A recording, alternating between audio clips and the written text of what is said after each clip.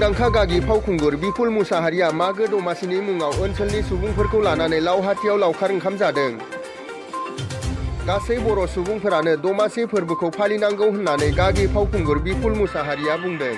दिनै चिरां जिल्लानि सिङाव थानाय लावहाटि लावखार ओंखाम जाग्रा थावनियाव मुंदांखा गागि फावखुंगुर बिपुल मुसाहारिया ओनसोलनि गुबुन गुबुन हारिनि रायजो राजाफोरखौ लानानै ओनसोलाव गोजोन आरो खौसेथि लाखिनांगौनि थांखिजों जयैनो लावखार ओंखाम जानायखौ नुनो मोननाय जादों। मख'जाथावदि बे लावखार ओंखाम जानायखौ खमैबो 100 सानि बांसिन ओनसोलाव थानाय गुबुन गुबुन हारि जेरै सान्थालि, नेपालि, उरां, बर' बायदि सुबुंफोरा बाहागो लानानै लावखार ओंखाम जानायखौ जाफुंसार होदों।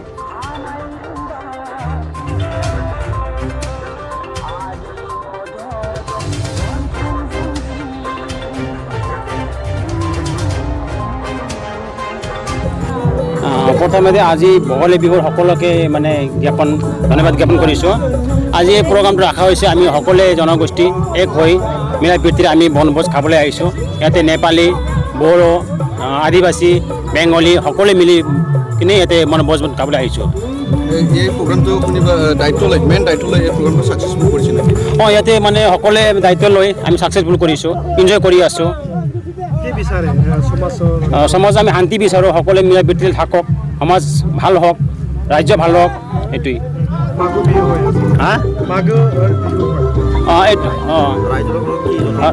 ৰাইজৰ লগত সকলোৱে মিলা প্ৰীতিৰে থাকক, শান্তি থাকক, ড্ৰাগছ মুক্ত হওক, নিচাযুক্ত মুক্ত হওক, এইটোৱে বিচাৰোঁ। আমি ইয়াতে আজি মুৰ্গী মাংস, গাহৰি মাংস, হাঁহ, কুকুৰা এইবিলাকেই আছে আৰু পনীৰ লগতে এইটোৱেই। उद्देश्यआ दिनै मागो दमासि रंजानायनि मोनसे बिराद गिदिर सान दिनै। बेखौ लानानै आरो जोंनि बे गुरुबासा ओनसोलाव सावथाल, बर', नेपालि आरो आदिबासि, बाङालि गोबां हारिनि मानसिफ्रा जोंनि बाहाय जमा जादों। मानो होनबा जोङो जोंनि एरियायाव दावराव दावसि गैयै शान्ति आरो खौसेथि थांनानै थानो लुबैयो। बेनि थाखायनो जोङो बे रंजानाय फेस्टिभेलजों लोगोसे गोबां जाथि बाहाय गुरुबासा ओनसोलनि प्रत्येकता जाथिखौ लानानै मोनसे जोङो जयैनो खौसेथियैनो गोजोन मोनसे रंजानाय मोनसे फोरबो फालिनो होननानै बे दमासिजों लोब्बा लानानै जों मोनसे पिकनिक अर्गानाइज खालामनाय जादों आरो। मागो दमासिखौ लोब्बा लाखिनानै मा खालायगोन रायजोफोरखौ?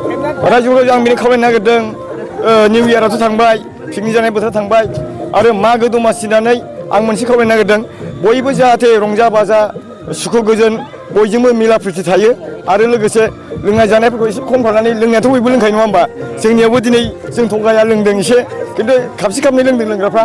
बांद्राय लोंनाङा, निसा बुस्थुखौ बारा इउज खालामनाङा, बेखिनिखौ आङो बुंदों। आरो उन्दै उन्दै फंबाय बिनानावफोरनिसिमबो आं मोनसे खावलायगोन जे बे ड्राग्स मुवाफोरखौ बांद्राय इउज खालामनाङा, जौफोरखौ बांद्राय इउज खालामनाङा आरो बेखिनि। ओमफ्राय आदा खायसे खायसे बर' ओनसोलफोराव दमासिया बर'नि फोरबो नङा होननानै गोबां बर' ओनसोलावनो फालिनाय नुनो मोना आरो दासिम। दा बिथांमोनखौ सारा मा खालामनांगौ? आं 45 इयार्स जाबाय, आंनि बैसोआ दा 45 इयार्स। आं नुबोदों 45 इयार्सनिफ्राय आं जेला उन्दैनिफ्राय सिगां जाबोयो अब्लानिफ्रायनो आं दमासि बोथोरखौ बर'फोरखौ फालिनाय नुदों आरो। खिन्थु जोङो फालियावसो जोङो खोमानानै लानाय बादि जादों नङा होमबा? बेखौ आं उन्दैनिफ्राय नुबोदों। बेखायनो आं सानो दमासिया जुदि बर'नि फोरबो नङाबा दमासि सोदोबानो थानाय नङामोन खोमा, नङा होमबा? बेखौ आङो बुजिदों आरो। नोंथाङा सासे फावखुंगुर हिसाबै आरो माखासे आर्टिस्ट हिसाबै फाव खालामबोयो, नाथाय नोंथांनि जानाखि बे बड'लेण्ड डायरि पार्ट 2 बेखौ माब्ला नुनो? बड'लेण्ड डायरि पार्ट 2आ दा कालार सोलिगासिनो दं। ओमफ्राय आफ्टार इफेक्ट माखासे बे पलि मिउजिक आरो बे गावनाय मानायफोर गुलि गनाय मानाय खालामनांगौ नालाय बे सोलिगासिनो दं। मथा मथि सानथामनि गेजेराव जोबगोन। ओमफ्राय आङो बेखौ 21 तारिखआव रिलिज खालामसिगोन आरो। दिनैनि दिनाव मोनसे गोजोनथाव खौरां,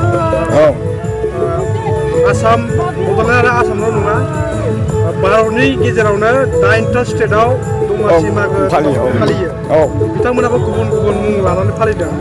दा बर'जों आसामजों बिथांमोननि बे मागो दमासि फालिनाया माबा मोनसे सोमोन्दो थानो हागौ नामा? सोमोन्दोआ निश्चय दं, खिन्थु बेवहाय मोनसे बेरखांदों, गावबा गाव स्टेटआव गावबा गाव हारिमुखौ देखायो आरो बिसोरो।